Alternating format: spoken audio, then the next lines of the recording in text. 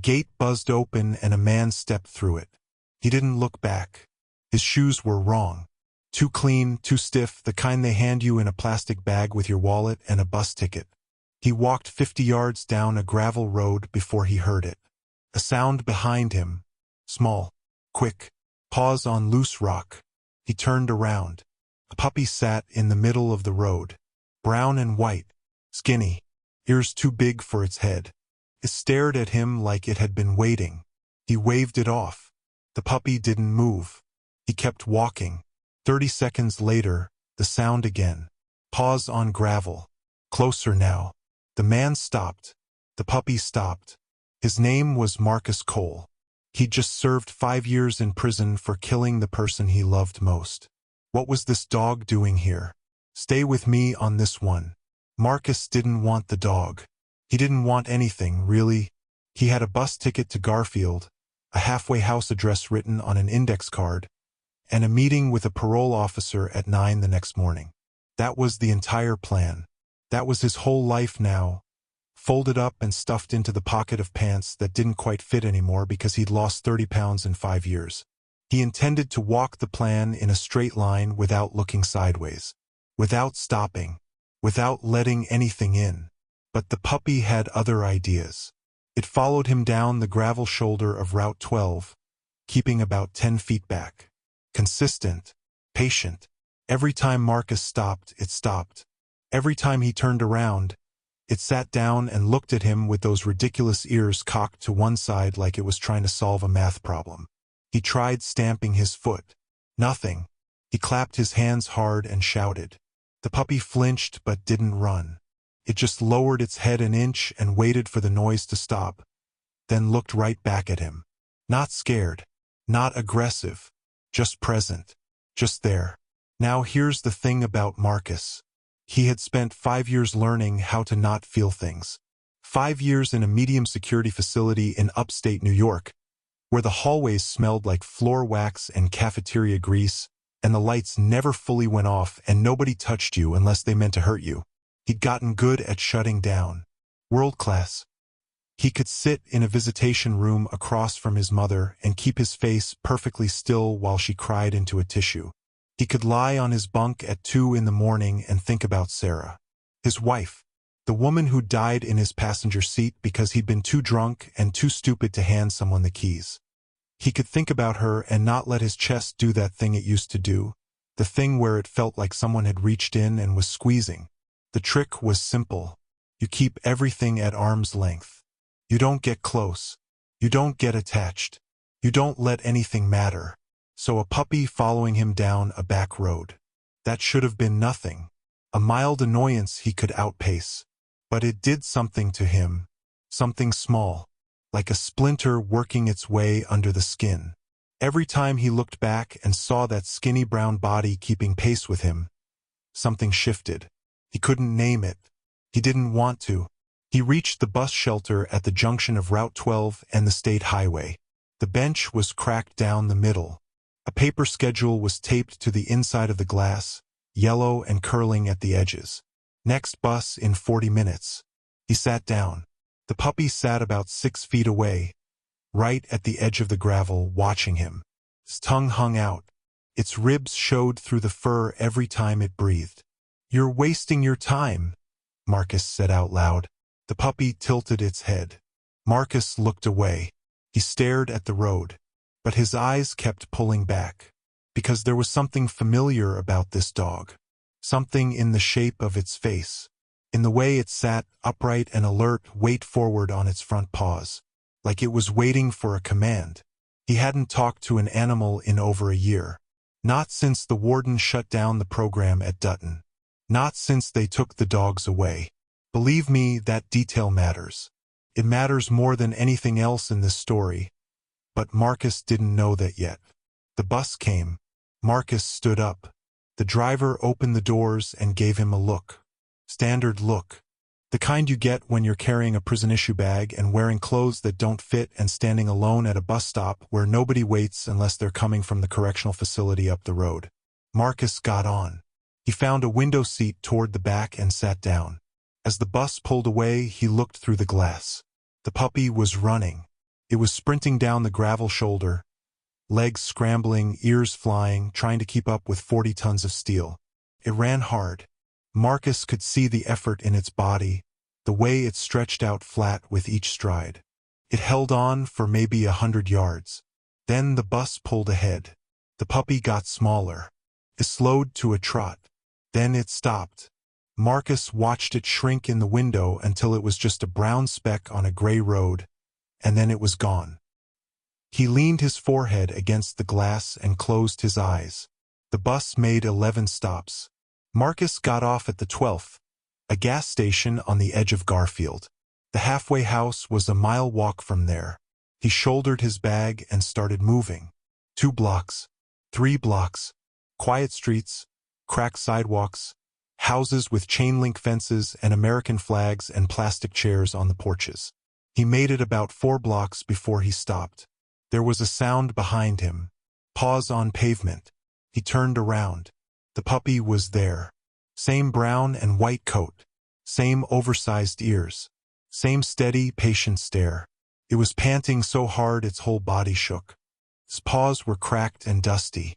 There was a thin streak of blood on one of its front pads where it had worn through the skin. But it was there. 8 miles. This dog had run 8 miles on bleeding paws to find him on the other end of a bus route. Marcus was not a man who believed in signs. He'd stopped believing in much of anything the night he wrapped his car around a guardrail on Highway 9 with a blood alcohol level of 0.18 and his wife Sarah in the passenger seat. She died before the ambulance arrived. He walked away with a broken collarbone and a sentence that felt like mercy and punishment in the same breath. Since then, God was a word other people used. Fate was an excuse. Second chances were for people who hadn't done what he'd done. But this, a puppy crossing 8 miles of back roads and town streets to find one man. That was hard to explain away. That was hard to put in the box where he kept everything that didn't matter. He crouched down.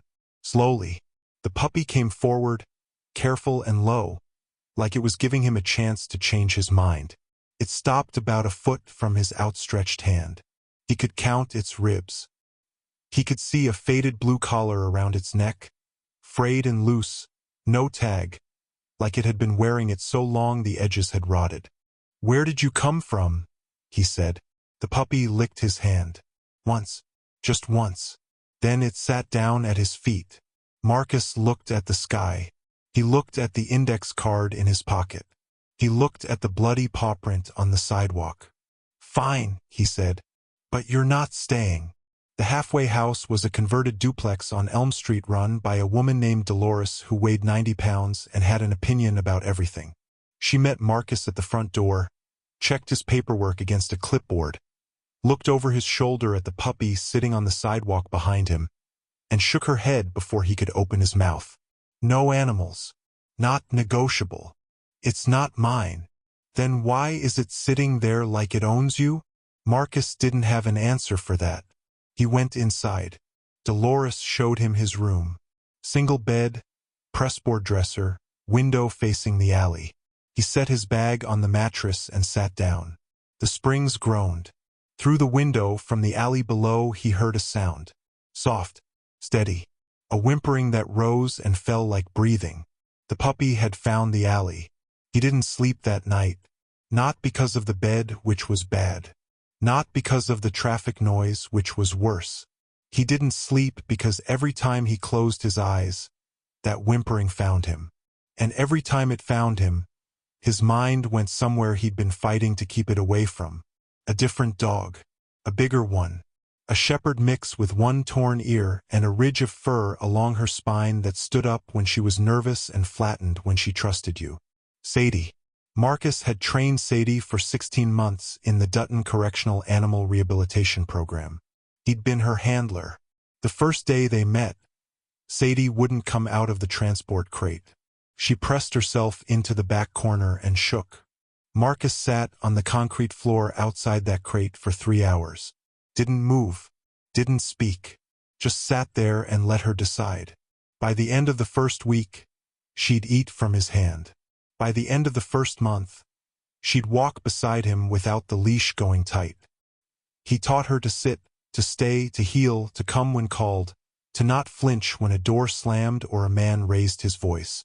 Every morning at 5, before the rest of the unit was awake, Marcus would take Sadie to the training yard. Just the two of them.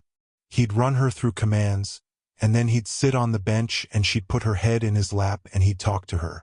He told her things he'd never said out loud to anyone. About Sarah. About the accident. About the sound the guardrail made when his car hit it. Sadie never judged him.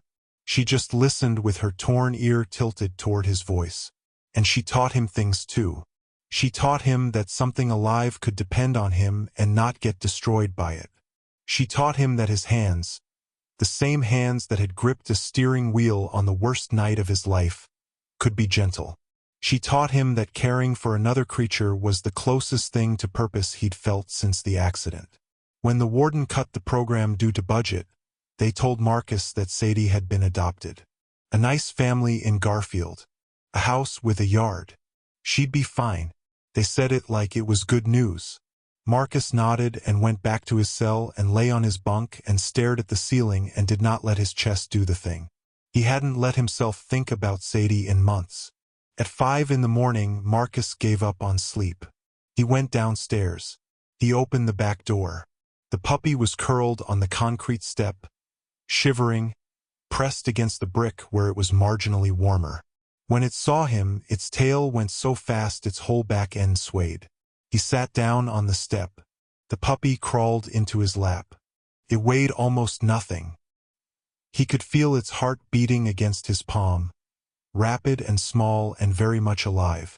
He sat there in the dark, holding a stray puppy, and for the first time in 5 years, the thing in his chest he'd been keeping locked down started to move. Not breaking open, just shifting. Just enough to let him know it was still there underneath. He needed to get rid of this dog, because if he didn't, something was going to crack inside him that he was not prepared to handle. In the morning, he walked to the Garfield Animal Shelter, a low cinder-block building behind the county offices, the kind of place that smelled like bleach and pine cleaner and something underneath that you tried not to think about. A woman at the front desk looked up when he walked in. Her name tag said Linda. She had gray hair pulled back in a clip and reading glasses hanging from a chain around her neck. "Found a stray," Marcus said. He set the puppy on the counter. It immediately turned and tried to climb back into his arms. He put it back on the counter. Tried again. He held it in place with one hand. Linda watched this. She didn't say anything. She pulled the puppy gently toward her and checked its ears, its teeth, its paws. She examined the cracked pad and dabbed it with antiseptic. She turned the faded blue collar around, looking for markings. The puppy held still for her.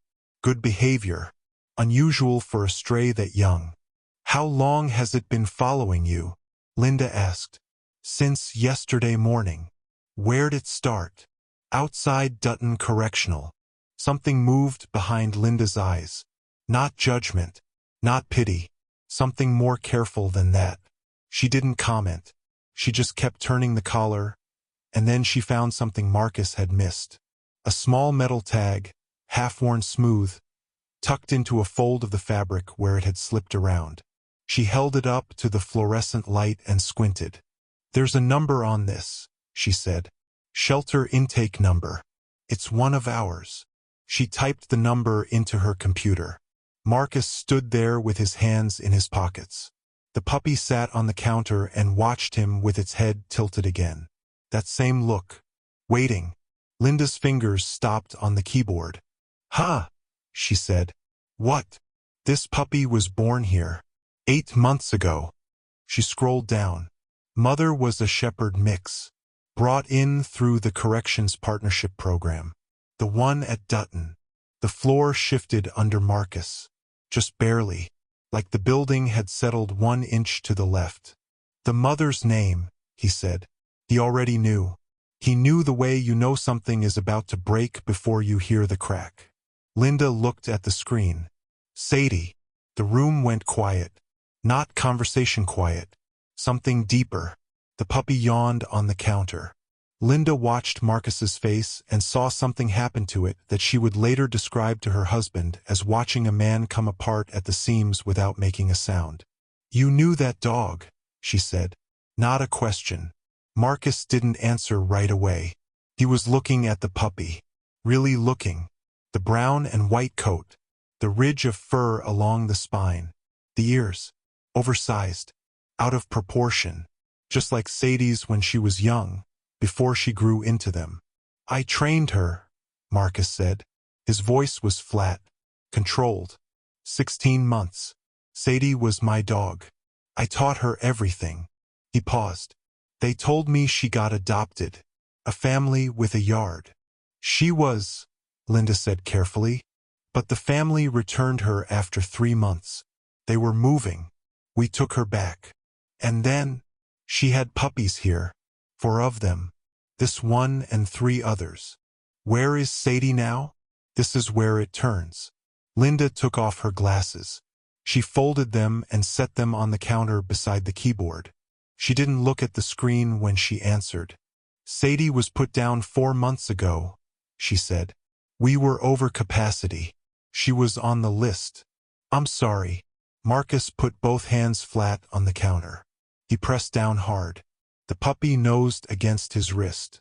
He pressed harder, like if he let go, he'd float away or fall through the floor. "One or the other. The 3 other puppies were adopted out," Linda continued. Her voice was quiet now. Careful. "This one we couldn't place. Every family that took her, she got out within a week. Dug under fences. Squeezed through gates. Chewed through a screen door once. She always ended up back here or back on the road heading toward Dutton. We couldn't figure out what she wanted." Marcus looked at the puppy. The puppy looked at Marcus. "She wasn't coming back here," he said. "No," Linda said. "I don't think she was." Marcus leaned back from the counter. He exhaled long and slow. For a moment it looked like he might be okay. Like he'd absorbed the hit. Like the old prison trick of pushing everything to arm's length was going to hold one more time. He even started to straighten up. Started to look like a man who might nod and walk out and keep walking. Then Linda said, "There's something else. If you're still with me, hit that subscribe button. Because what comes next broke me when I first heard it, and it's going to break you too." Linda turned the computer screen toward Marcus. She pulled up Sadie's full intake record. Date of surrender. Condition on arrival. Vaccination history. Behavioral notes. And at the top, in a field labeled original intake, 2 words that changed everything.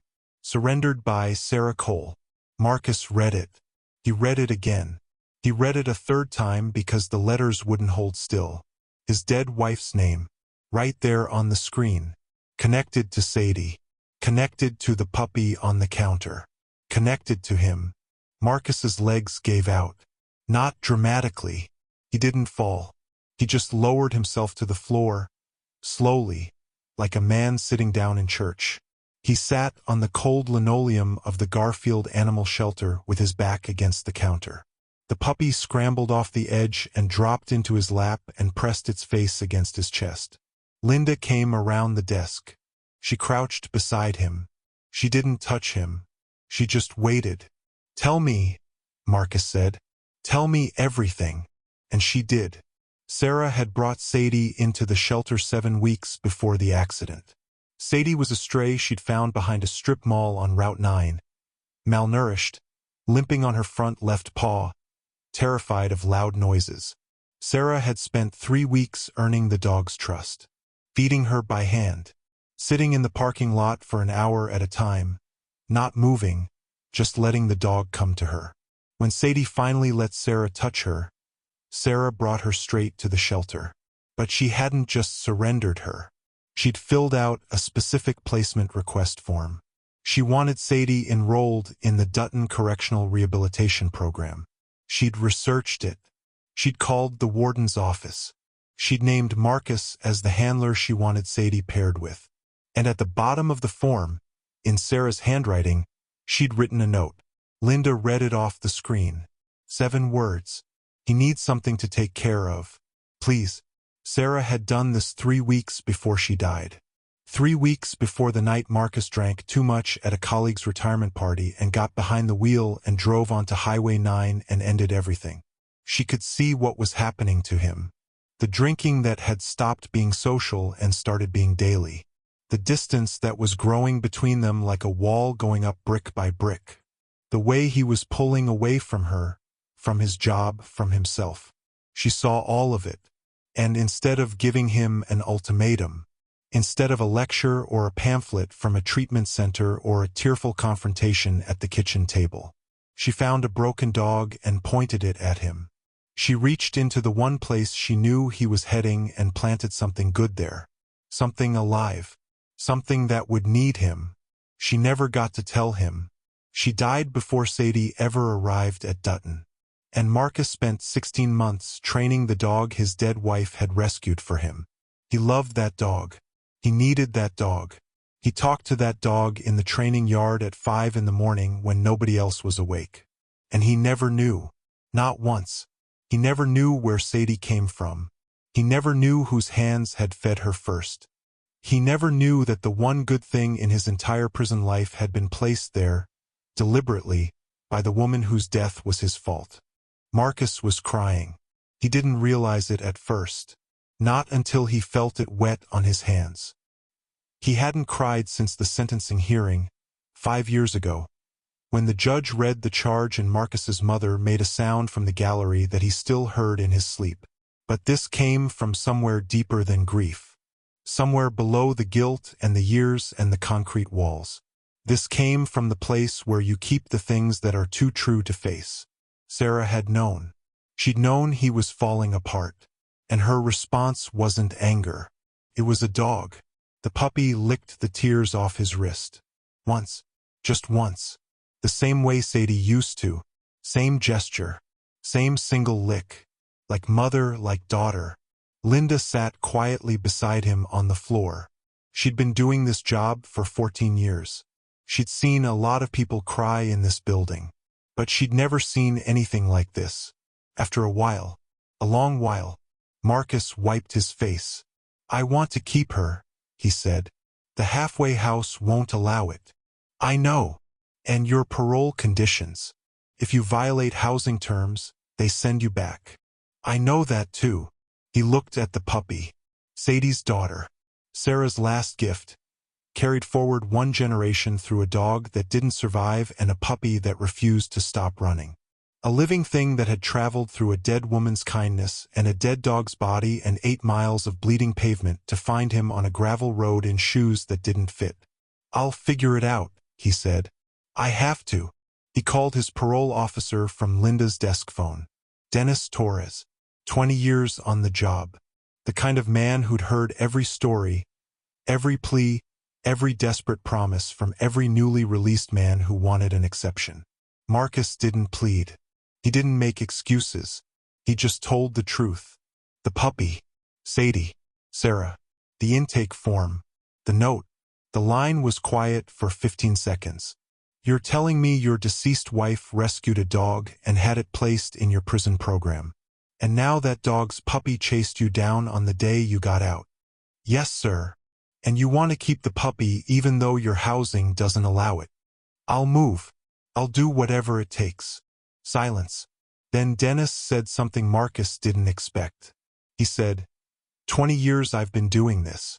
Nobody has ever called me with a story I actually believed. Until right now." Dennis made calls. 3 days of calls. 3 days that felt like 3 months. Marcus went to his parole check-in. He filled out the employment forms. He did everything by the book because he could not afford a single mistake. Not now. Not with something real on the line for the first time since he'd walked out that gate. Every night he went to the alley. The puppy was always there, curled against the wall, waiting. He brought her food twice a day. Rice and scraps from the halfway house kitchen. Water in a plastic bowl he'd taken when Dolores wasn't looking. He sat with her for 20 minutes each time. She'd press herself against his side and he'd feel her breathing slow down, that rapid flutter settling into something calm and even. the same way Sadie used to settle when Marcus was near. Linda had agreed to hold off on relisting the puppy. She gave Marcus 1 week. After that, she said, I have to put her back in the system. I'm sorry. That's the rule. On the 3rd day, Dennis called back. He'd found a woman named Angela Reese who ran a transitional housing program in Garfield that partnered with the same corrections dog training initiative. Her facility allowed animals, not as pets, as part of the rehabilitation work. The men trained the dogs. The dogs gave the men structure. She had 1 open bed. She'd heard Marcus's story. She wanted to meet him. Marcus walked to her building with the puppy tucked inside his jacket. Angela was on the front steps, built solid, around 50. The kind of face that said she'd seen worse than you and wasn't going to pretend otherwise. She looked at Marcus. She looked at the brown and white head poking out of his collar. That the one? She said. Yes, ma'am. She got a name? He hadn't said it out loud yet. He'd been calling her Grace in his head for 3 days, but he hadn't spoken it. Because naming something means you're keeping it. It means you're saying this is mine and I choose it and I accept everything that comes with it. Marcus hadn't felt entitled to that kind of claim about anything since the night of the accident. But standing on those steps, with the puppy warm against his chest and the late afternoon light cutting through the trees, he said the name before he'd fully decided to. Grace. Angela nodded, like that was the right answer to a question she'd been asking for a long time. She opened the door. Marcus moved in that evening. The room was small, clean, a window facing a yard with chain link and a patch of grass. He set Grace on the floor. She sniffed every corner, circled the room twice, and lay down at the foot of the bed with her chin on her front paws. He sat on the mattress and watched her breathe. This is what he understood now. Sarah had found a broken dog and made a choice. She'd pointed that dog at the man she loved because she could see he was breaking too, and she didn't know how else to reach him. Sadie had found Marcus and given him something to wake up for during the worst years of his life. And when both Sarah and Sadie were gone, the last thread of that chain, this skinny, stubborn, big-eared puppy, had run herself raw to close the loop, to finish what Sarah started. Not fate. Marcus still didn't call it that. Something quieter. Something that didn't need a name. A week later, Marcus visited Sarah's grave for the first time. 5 years and he'd never been. He wasn't allowed at the funeral. After that, he told himself he didn't deserve to go. And the truth was, he didn't. But deserving it wasn't the point anymore. The cemetery was small and flat, set behind a stone wall on the edge of town. Marcus had driven past it once, years ago, with Sarah in the car, on the way to a friend's house. She'd pointed at it and said something about how it looked peaceful. He couldn't remember what he'd said back. Probably nothing. Probably he was thinking about something else. That was the thing about the years before the accident. He'd been physically present for 1,000 moments and mentally gone for most of them. The drinking did that. It put a pane of glass between him and everything that mattered. The stone was plain. Sarah and Cole. Beloved daughter, wife, friend. The dates were close together. Too close. 31 years. That's all she got. Marcus stood there a long time. He didn't know what he'd expected to feel. Guilt, maybe. More guilt, stacked on top of the pile that never seemed to shrink. But what he actually felt was something simpler and harder.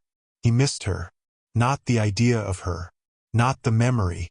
He missed the actual woman. The way she laughed at bad movies. The way she left her shoes in the middle of the hallway. The way she could look at a stray dog behind a strip mall and see something worth saving. Grace sat beside him, leaning her full weight against his leg. The way Sadie used to lean against his knee in the training yard at Dutton. Same posture. Same quiet pressure that said, I'm here. I'm not leaving. I found her, Marcus said to the headstone. Or she found me. I still don't know which. The wind moved through the grass.